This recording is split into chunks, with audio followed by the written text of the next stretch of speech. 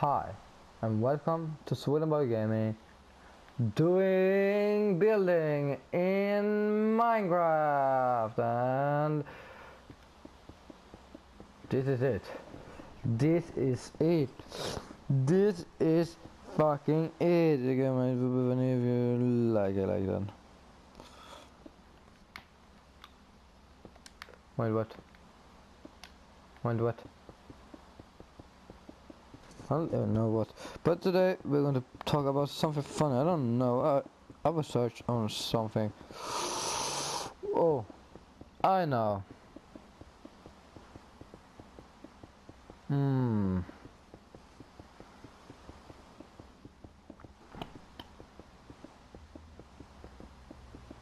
No.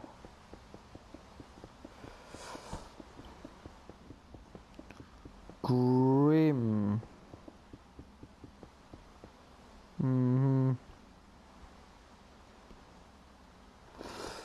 The Grim. No, Grim.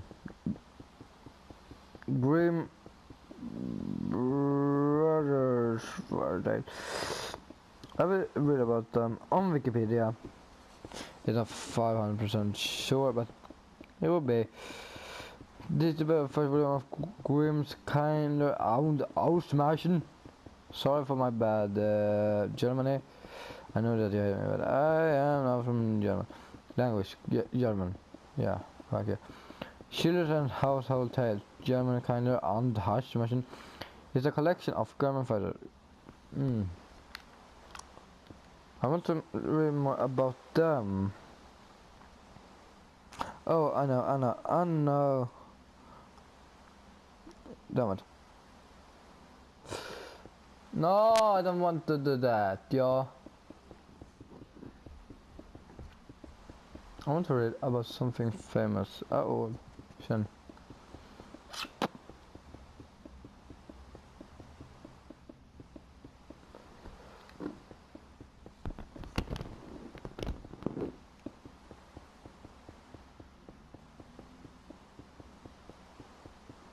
Edward.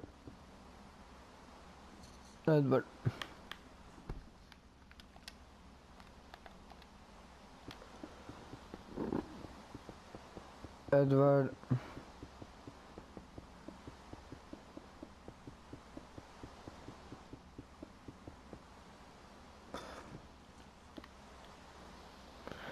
Edward the Sixth.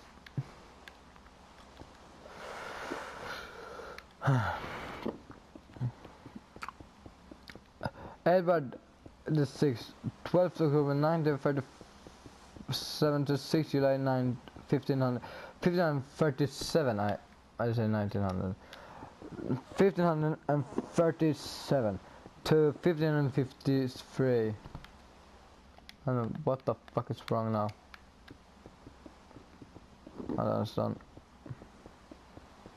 Was King of England and Ireland from 28 January 1547 until his death. He was crowned on 20 February at the age of 9. The son of Henry VIII and Jane Seymour, Edward was the third monarch.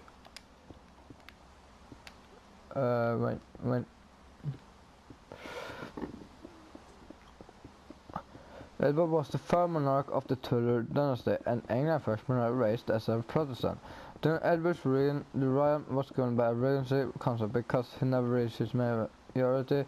The council was first led by his uncle Edward Seymour, 1st Duke of Somerset, 1547 to 1549, and then by John the 1st Earl of Warwick, from 1551, Duke of Northumberland.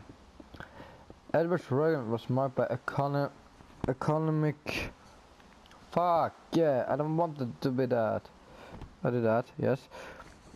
And my reign was marked by economic problems and social unrest that in 1549 erupted into riot and rebellion. An expensive war with Scotland, at first successful, ended with military withdrawal from Scotland, as well as Bolognese surrender in exchange for peace.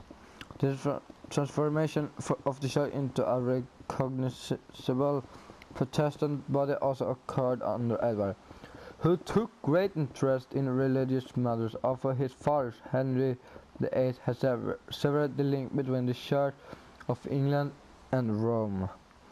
Henry VIII had never permitted the renunciation of Catholic doctrine or ceremony. It was during Edward's reign that Protestantism was established for the first time in England, with reforms that included the abolition of clerical celibacy and the Mass and the imposition of compulsory services in English. The architect of this reform was Thomas Cranmer, Archbishop of Canterbury, whose Book of Common Prayer is still used. In February 1553, at age 15, Edward fell ill when his sickness was discovered to be terminal, and he and his country drove up a divide for the succession, attempting to prevent the country's return to Catholicism.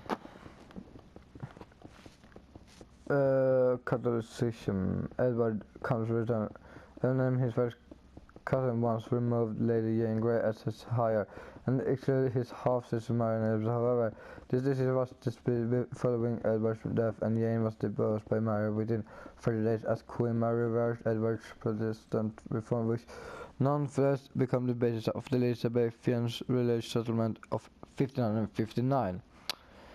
Now we continue to early life. I said there.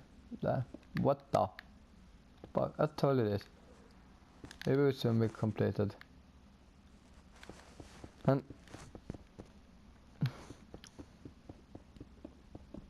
no, I know. Ah.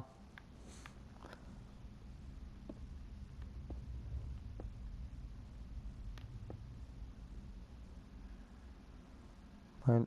Sorry for this.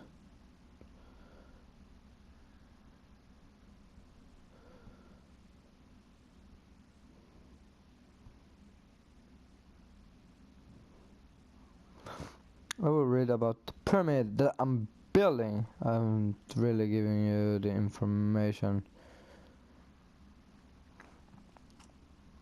Can you translate this to English?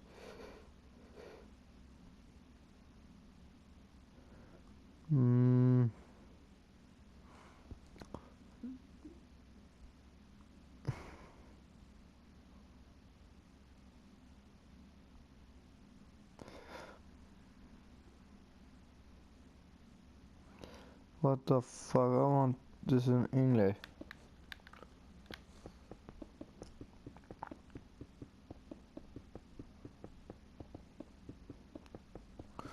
And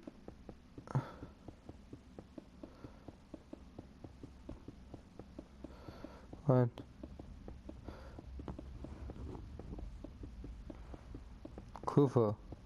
Khufu's horizon, 146 meter height. Yeah, this is it.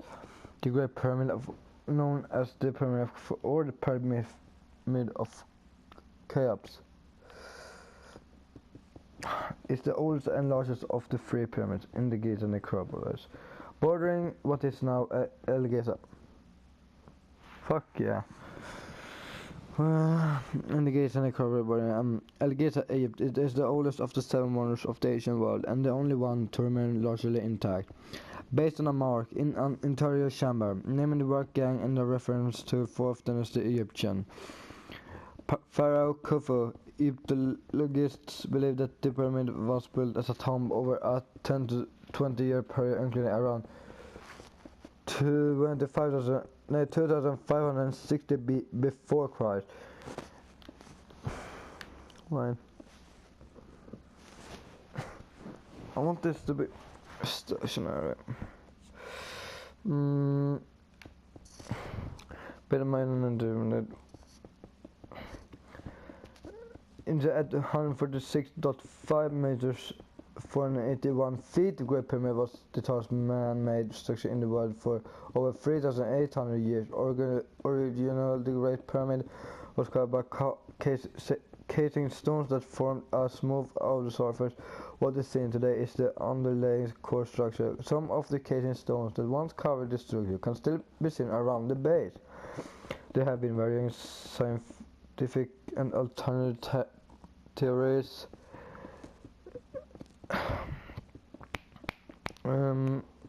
about the Great Pyramid's construction techniques. Most attempted construction are based on the idea that it was built by moving huge stones from a quarry and dragging and lifting them into place. There are 3 known chambers inside the Great Pyramid. The lower chamber is cut into the bedrock upon which the pyramid was built and was unfinished. This is called Queen's Chamber and King's Chamber, are higher up within the pyramid structure. The main part of the Giza complex is a setting building of a set of buildings that include 2 mortuary temple in honor of Khufu, one close to the pyramid and one near the Nile. 3 small pyramids for Khufu's wives and uneven spots of the pyramid are very close by connecting the 2 temples, and the small amount of tombs surrounding the pyramid for noble. Yeah, history and history. It is believed the pyramid was built as a tomb for 4th Egyptian pharaoh Khufu, often Hellenicized as cheops, and was constructed over a 20-year period. Khufu's vizier Herman or Hemuna is believed by some to be the archer of the Great Pyramid. It is thought that at construction the Great Pyramid was originally 280 Egyptian cubits tall, 136.5 meters, 480.6 feet, but with erosion and depth of its pyramidion, its present height is 138.8 meters, 455.4 feet. Its base side was 440 cubits, 230.4 meters, 755.9 feet long. The mass of the pyramid is estimated at 5.9 million tons. The volume, including an internal hillock, is roughly 2,500,000 cubic meters, 88 million something, I don't know, feet, I think. Based on this estimate, building the pyramid in 20 years will involve installing approximately 800 tons of stone every day. Additionally, since it consists of an estimated 2.3 million blocks, completing the building in 20 years would involve moving an average of more than 12 of the blocks into place each hour. And the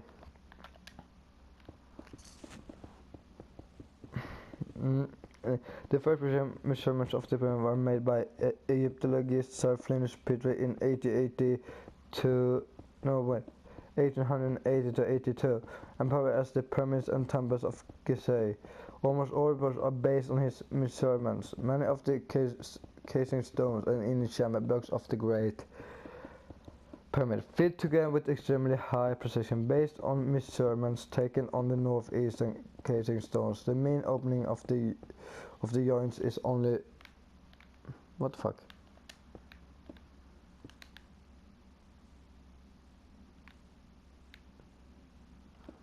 This is the Cape Pyramid, by the way. Joint is only 0.5 millimeter wide, 1/550 of an inch.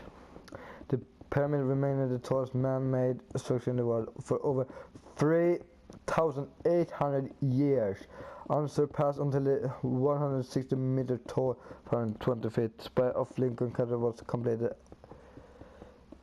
See for 1,300. The accuracy of the pyramid's workmanship is such that the four sides were the fuck no. The 4 sides of the base have an average error of only 58 millimeters in length. The base is horizontal and the flat within plus 50 millimeters, 0.6 inch. The sides of the square bases are closely aligned to the 4 cardinal compass points within 4 minutes of hour, based on true north, not magnetic north, and the finished base was square to a mean corner, error of only 12 seconds of hour. The complete design dimension, as suggested by Peter Survey and subsequent studies, is meant to have originally been 280 cubits high by 440 cubits long at each of the 4 sides of its base. The ratio of the pyramid to height of 1700 to be long at each of the four sides of its bed. The ratio of when the turn occurs of better than 0.05% corresponding to the well-known approximation of P as 22/7. Some Egyptologists consider this to have been the result of the design proportion. Wherever we can conclude that although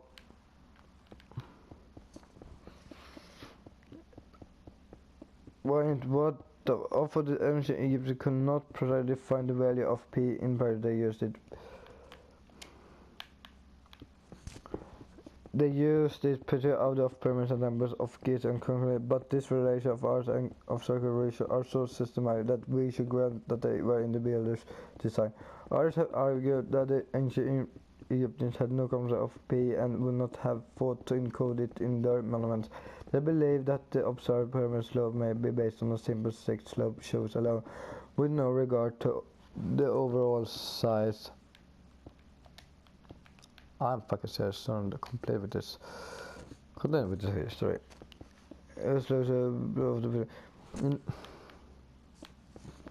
Instead of Babylon was discovered written by some people who were building the Great Pyramid, given discovery of the last years of building the pyramid. The Great Pyramid consists of an estimated 2.3 million blocks, which must be believed to have been transported from nearby quarries. The Tural limestone used for the casing was quarried across the river. The largest granite stones in the pyramid found in the King's Chamber weighed 25 to 80 tons and were transported from Aswan more than 800 kilometers, 500 miles away. Traditional ancient Egyptians cut stone blocks by hammering into them some wooden wedges, which were then soaked with water. As the water was absorbed, the wedges expanded, causing the rock to crack. Once they were cut, they were carried by boat either up or down the Nile River to the pyramid. It is estimated that 5.5 million tons of limestone, 8,000 tons of granite imported from Aswan, and 500,000 tons of mortar were used in the construction of the Great Pyramid. Casing stone in the British Museum. At completion, the Great Pyramid was surrounded by white casing stones, slant faced but flat top blocks of highly polished white limestone.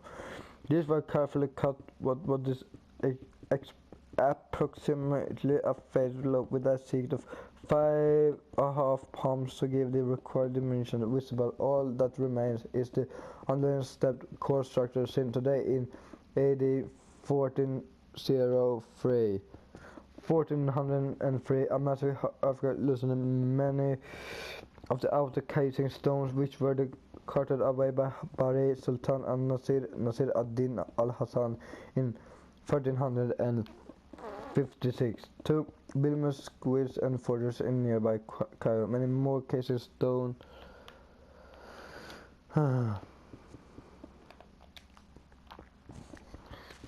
Many more cases were removed from the Great Pyramid by Muhammad Ali Pasha in the early 19th century to build the upper portion of its alabaster mosque in Cairo, not far from Giza. This limestone casing can, oh my, maybe, fuck you, maybe. Piles of rubble at the base of the pyramids left over from the container collapse of the casing stone, which was subsequently cleared away during the containing excavations of the site. Nevertheless, a few of the casing stones from the lowest course can be seen to this day in Caesar around the base of the Great Pyramid, and display the same workmanship and precision that has been reported to settlers. Peter also found a different orientation in the core and in the casing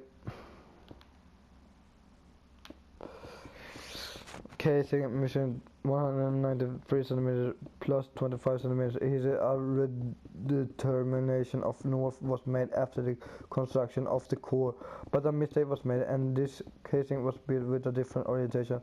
Petrie related the precision of the casing stone as to being equal to opticians' work of the present day, but on a scale of acres, and to place such stones in exact contact would be carefully work, but to do so with cement in the yard seems almost impossible.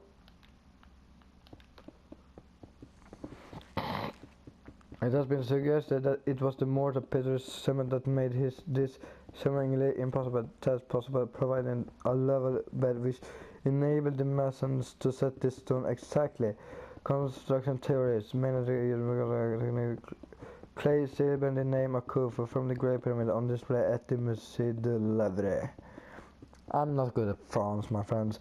Many alternative, often contradictory theories have been proposed regarding the pyramid's construction techniques. Many disagree on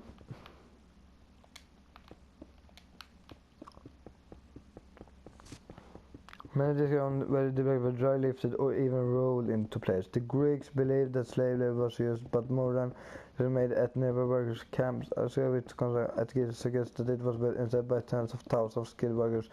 Wherein posited that the labor was organized into a hierarchy consisted of two gangs of 100,000 men divided into 5 sa or file or 20,000 men each, which may have been further divided according to the skill of the workers. And if my English sucks, I know. This words that I don't even know. Oh, this map. Let's go. I understand how you can. One measure of the pyramid construction is playing on Roman, so that they use the same method that had been used for earlier and later construction, laying out parts of the plane on the ground at a 1:1 scale. He writes that such a working diagram will also serve to generate the architecture of the pyramid with precision unmatched by any other means. He also argues for a 14-year team span for its construction. A modern management study in association with Mark Liner and other Egyptologists estimate that the total project with an average workforce of 14,567 people and a peak workforce of 40,000 without the use of polish, wheels or iron tools. They used critical path analysis to see that the Great Pyramid was completed from start to finish in approximately 10 years. Interior diagram. The real entrance to the Great Pyramid is 17 meters, 56 feet vertically above ground level. And 7.29 meters, 23.9 feet east of the center line of the pyramid. From this original entrance, there is a descending passage 0.96 meters, 3.1 feet high, and 1.04 meters, 3.4 feet wide, which goes down at an angle of 26, 31, 23 for the masonry of the pyramid, and then into the bedrock beneath it. After 105.23 meters,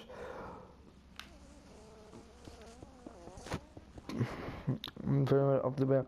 Furthermore, it of the 105.23 meters, 345, the pyramid becomes level and contains an additional 8.84 meters, 29 feet to the lower chamber, which appears not to have been finished. There is a continuation of the horizontal passage in the soft wall of the lower chamber. There is also a pit dug in the floor of the chamber. Some Egyptologists suggest that this lower chamber was intended to be the original burial chamber, but Pharaoh later changed his mind and wanted it to be high up in the pyramid.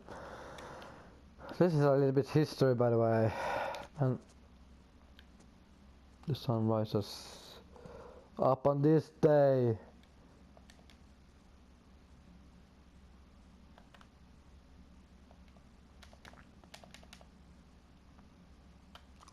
Oh.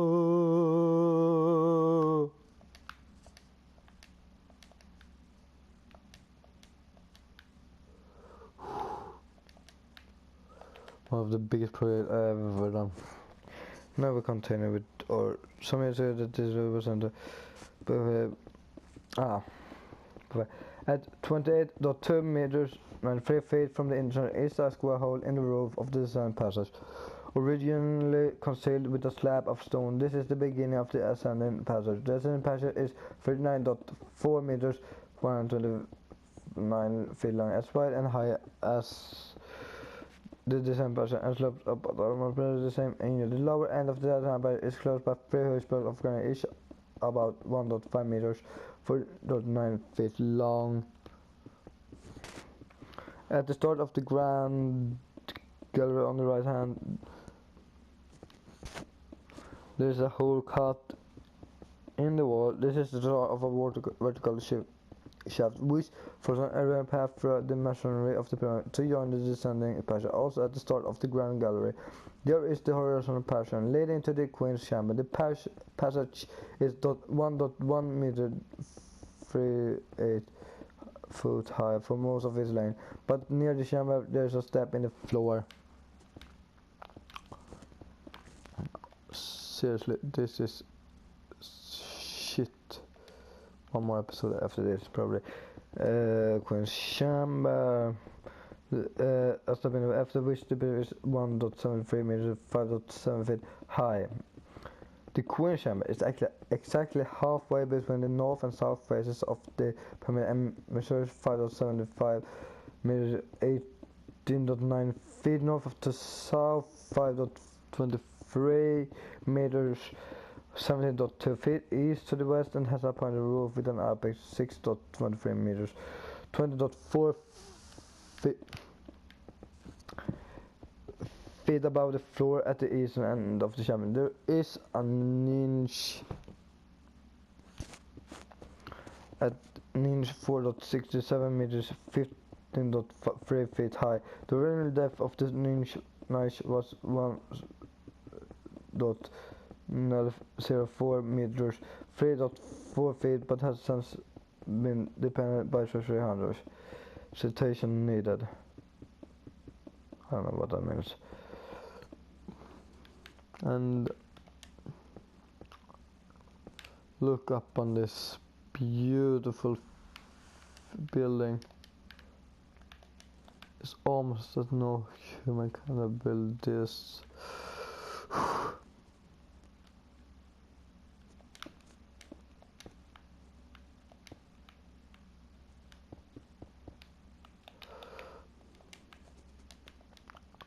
Yeah. In the north and south walls of the Queen's Chamber, there are shafts which, unlike those in the King's Chamber, that image slope upwards and are horizontal for around 2 meters, 6.6 feet. Before sloping upwards, the horizontal distance was cut in 1872 by a British engineer, William Dixon, who believed a similar shaft to the King's Chamber must also exist. He was pro-right, but because the shafts are not connected to the outer faces of the pyramid or the Queen's Chamber, their purpose is unknown. At the end of one of these shafts,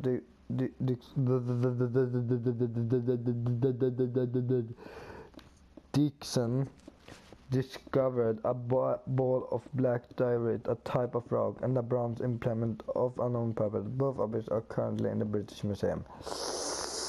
This is getting hot, my friends. This is a good text. And if I'm not wrong, this episode is soon end. And I forgot to say this. Subscribe and like the channel. And I will have more history in the next episode. In the next episode.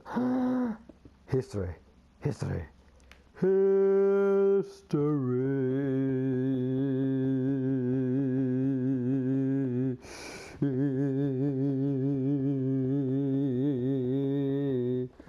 Yeah, that's it.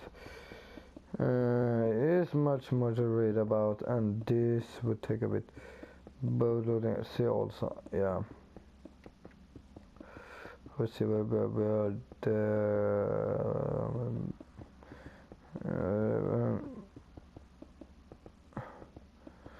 Yeah. I will continue in the next episode. I hope it's sound on this video.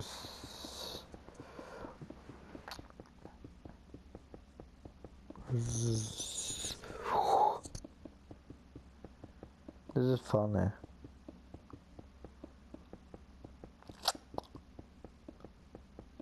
I have fun. My arm hurts.